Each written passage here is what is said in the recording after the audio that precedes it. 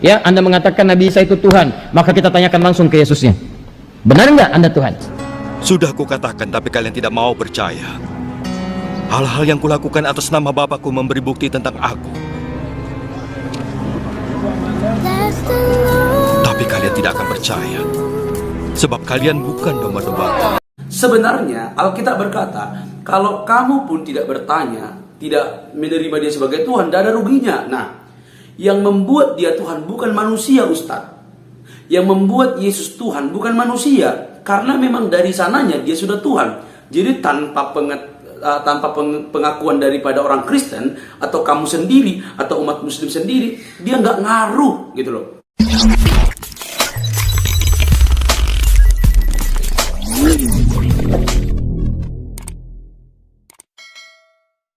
Shalom saudaraku yang dikasih oleh Tuhan, berjumpa kembali dengan saya di channel ini. Terima kasih telah mendukung perkembangan channel ini dengan cara subscribe, like, sehingga video di channel ini direkomendasikan oleh YouTube. Dan teman-teman boleh memberikan komentar, dan saya minta kepada teman-teman untuk terus mendukung saya dengan cara men-share video dari channel ini di berbagai media teman-teman, sehingga ada banyak orang yang mendapatkan informasi dan kebenaran yang disampaikan melalui kebenaran ini. Tuhan memberkati kita. Saudaraku yang dikasih oleh Tuhan, tentu ada perbedaan yang sangat jelas antara Isa dalam Quran dan Yesus dalam Alkitab. Ini bukan rahasia lagi, dan kita harus pede membuktikannya, dan saya sudah berulang kali membahasnya. Nah, kali ini ada seorang ustadz teman-teman yang biasanya sih nyinyir melulu atau memberikan tausiah-tausiah yang nampaknya berhalusinasi, dan memang berhalusinasi. Nah, dan disinilah kita lihat bagaimana orang banyak akhirnya membuktikan bagaimana Tuhan Yesus itu menyatakan diri kepada mereka, dan akhirnya mereka milih untuk percaya kepada Tuhan. Nah, bagaimana videonya teman-teman? Jangan skip supaya kamu dapat informasi yang lengkap. Ini dia teman-teman videonya. Ya, Anda mengatakan Nabi Isa itu Tuhan, maka kita tanyakan langsung ke Yesusnya. Benar nggak Anda Tuhan? Sudah kukatakan, tapi kalian tidak mau percaya.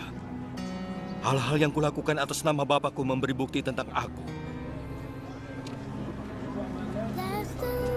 Tapi kalian tidak akan percaya, sebab kalian bukan domba-domba. Dombaku mau mendengarkan suaraku, dan mereka mau mengikuti aku. Aku memberi mereka hidup kekal, dan mereka tidak akan binasa. Tidak seorang pun dapat merampas mereka dariku. Yang sudah diberikan Bapa kepadaku lebih hebat dari segalanya, dan tidak seorang pun dapat merampas mereka dari tangan Bapa. Bapa dan aku adalah satu. Orang belajar agama itu yang lengkap lah mas. Jangan hanya melulu pada teologinya sendiri, bahasanya sendiri, kemudian malah bahasa diidentikan dengan agama tertentu. Saya kira itu pola pikir ahistori. Orang sering bertanya, kalau di Kristen disebut Allah, di Islam disebut Allah, ini Tuhannya siapa? Sejak kapan kata Allah dikaitkan dengan Tuhannya agama tertentu? Cobalah baca sejarah Arab sebelum zaman Islam.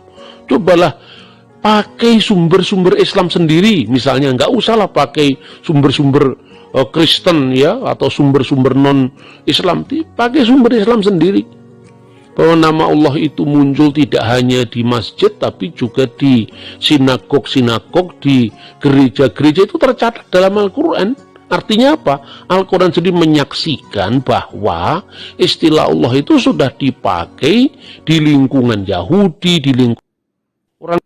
Akan datang masanya orang tidak lagi menyembah Allah di bukit ini, maupun di Yerusalem. Orang Samaria tidak tahu siapa yang kalian sembah.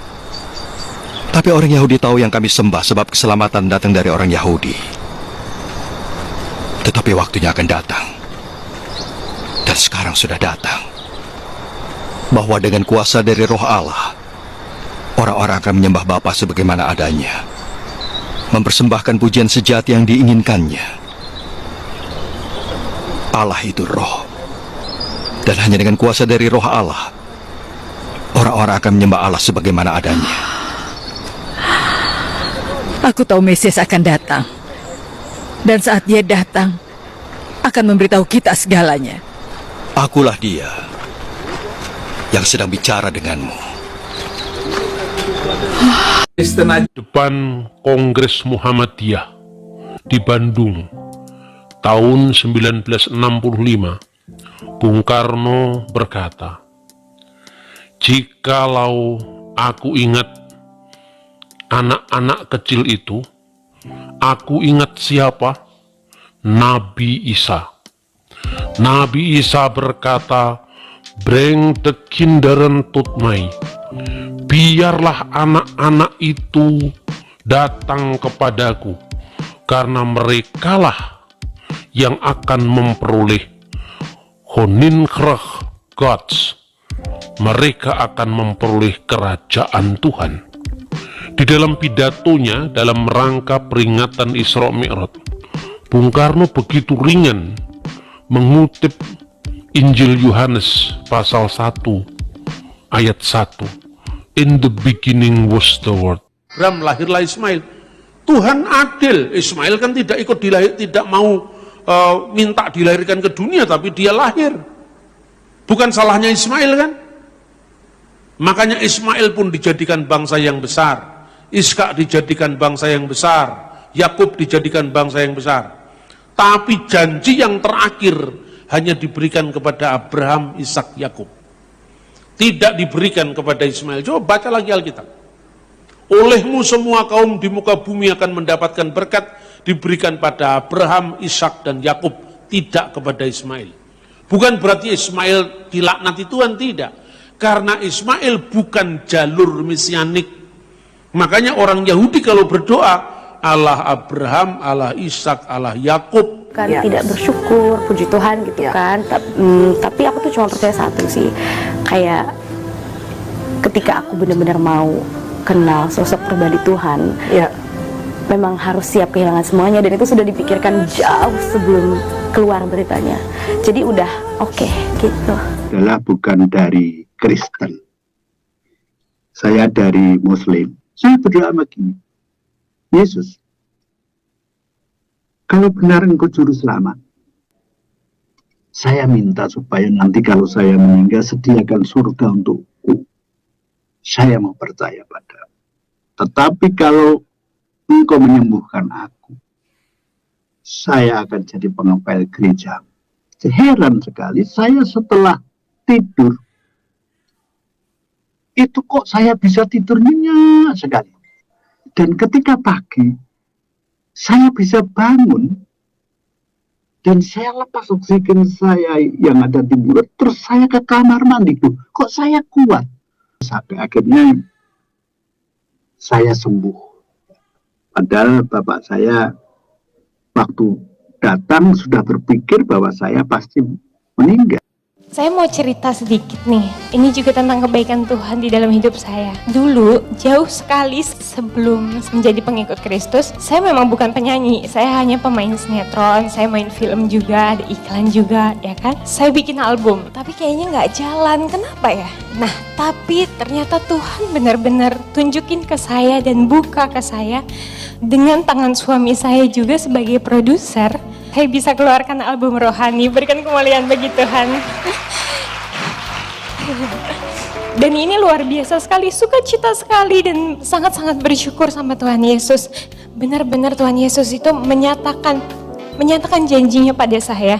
Saya memang bukan penyanyi, tapi saya yakin saya bisa memberikan pujian bagi Tuhan, memberikan kemuliaan bagi Tuhan. Mudah-mudahan album saya bisa menjadikan berkat bagi semua banyak orang dan juga bisa memenangkan jiwa. Kalau Tuhan aja bisa lihat aku tanpa celah, kenapa aku harus lihat orang lain penuh dengan celah? Kalau Tuhan bisa maafin aku tanpa pamrih, kenapa aku nggak bisa? Aku bukan Tuhan, tapi aku dimampukan pasti kalau aku mau, untuk punya kekuatan untuk memaafkan, untuk meminta maaf, untuk mengampuni dan lain-lainnya, gitu. Oke teman-teman yang dikasih oleh Tuhan, kita sudah menyimak dengan baik video singkat ini dan memberikan beberapa hal untuk kita pahami. Kira-kira apa respon teman-teman ketika mendengarkan Ustadz di awal tadi ketika mengatakan Isa bukan Tuhan, ya? Menurut Quran Isa bukan Tuhan, tetapi kalau misalnya kita selidiki teman-teman, Isa itu paling terkemuka di dunia dan di akhirat menurut Quran, dan itu tidak bisa kita pungkiri. Itu jelas. Nah, apa respon teman-teman? Silahkan tulis di kolom komentar sehingga kita sama-sama saling berbagi. Nah, kalau kita bisa melihat teman-teman dengan detail, Isa dalam Quran dan Yesus dalam Alkitab itu berbeda teman-teman. Ya, berbeda walaupun bisa kita teliti bagaimana kehidupan Isa dan selanjutnya tentang dia di hari kiamat, itu bisa kita ketahui dengan jelas. Lalu pertanyaan daripada Ustadz ini membuat banyak orang harusnya tertawa. Sebenarnya dia sedang menunjukkan ketidaktahuan dan melemparkan pertanyaan itu kepada jemaahnya. Isa bukan Tuhan. Kalau begitu kita tanya Yesus, apakah dia Tuhan? Sebenarnya Alkitab berkata, kalau kamu pun tidak bertanya, tidak menerima dia sebagai Tuhan, tidak ada ruginya. Nah, yang membuat dia Tuhan bukan manusia, Ustadz. Yang membuat Yesus Tuhan bukan manusia, karena memang dari sananya dia sudah Tuhan. Jadi tanpa pengakuan daripada orang Kristen atau kamu sendiri atau umat Muslim sendiri, dia nggak ngaruh gitu loh. Jadi pertanyaanmu itu pertanyaan yang tidak kamu mengerti, lalu kamu sodorkan kepada umat Muslim, lalu semua orang yang melihat kamu itu seolah-olah kamu pintar. Di saat kamu bertanya, itu menunjukkan kalau kamu itu tidak tahu apa-apa. Dalam kekristenan, Yesus itu Tuhan bukan karena pengakuan kami, tapi karena dia. Bahkan malaikat sendiri pun sebenarnya sudah menyatakan ketika di hari dia dikatakan untuk lahir. Yesus Tuhan lahir di kota Daud, itu jelas. Jadi bukan manusia. Nah, kalau kamu mengatakan, ayo kita tanya Yesus, kau tanya pun dia mungkin tidak datang kepadamu. Jadi apa yang ada di dalam pikiranmu merupakan bentuk ketidaktahuanmu, lalu kamu bagikan kepada jamaahmu ketika mendengarkan ceramahmu. Jadi ketika orang buta ini, ustadz ini, buta ini menuntun orang banyak buta, dan karena dia memberikan sesuatu hal yang tidak dia mengerti untuk orang-orang yang akan mengkonsumsi yang dia tidak mengerti itu. Sahabat yang dikasih oleh Tuhan, sering kayak gini terjadi. Isa dan Yesus dua pribadi yang berbeda, walaupun bisa dijelaskan bahwa ada orang-orang tertentu Kristen yang memakai nama Isa Al-Masih dalam keyakinan yang mereka imani, tetapi itu bukan Isa menurut Quran. Bukan, tapi Yesus yang mati di kayu salib dan bangkit dan akan datang nantinya. Bukan untuk menghancurkan salib, mematahkan salib, membunuh babi. Apa arjennya babi itu untuk dibunuh kedatangan Yesus kedua kali? Tidak ada guna gitu loh maksudnya. Yesus datang kedua kali untuk menjadi hakim bagi seluruh umat manusia. Itu yang tidak kamu tahu. Nah, selanjutnya bisa kita lihat teman-teman penjelasan dari teman-teman kita yang sudah memaparkan baik tentang Yesus dan apa yang dijanjikan mulai dari perjanjian lama sampai perjanjian baru. Ingat, bukan Ismail tapi Ishak, ya. Abraham, Ishak, Yakub, bukan Ismail, ya. Ismail bukan. Jadi selama ini kalau ada yang klaim itu sebuah halusinasi. Nah, teman-teman dikasih oleh Tuhan, semoga ini menguatkan iman kita. Iman kekristenan berdiri di atas yang teguh, yaitu Kristus yang menjadi tolak ukur dan kekuatan dan iman percaya kita. Jadi ketika ada pun ustadz yang seperti ini, ingat, itu tidak bisa menggoyahkan iman kita kecuali kamu tidak mau membaca Alkitab dan mempelajari dengan baik. Maka dengan mudahnya kalian mengkonsumsi apapun yang disampaikan oleh orang-orang yang tidak bertanggung jawab seperti ustadz barusan. Tapi apa yang disampaikan oleh rekan-rekan kita merupakan bagian dari pengalaman hidup mereka ketika mengalami Tuhan dalam hidup mereka. Itu luar biasa. Dan saya pastikan orang yang dekat dengan Tuhan, orang yang melayani Tuhan, orang yang beriman sungguh-sungguh kepada Tuhan Yesus, itu bukan karena pekerjaan dia, tapi karena Allah yang memanggil dia, Allah yang menyelamatkan dia. Sehingga kita diberi kesempatan untuk bersaksi tentang kebaikan Tuhan. Semoga kita dikuatkan, disegarkan, dan bersemangat kembali untuk terus mempelajari Alkitab dan menghidupinya. Semoga wawasan kita juga dapat membantah setiap cara-cara pandang seperti yang ditampilkan Ustadz yang barusan. Sampai di sini teman-teman video saya. Sampai ketemu di video selanjutnya. Jangan lupa untuk mendukung saya dengan cara subscribe, like, komen, dan share sebanyak mungkin. Bye-bye.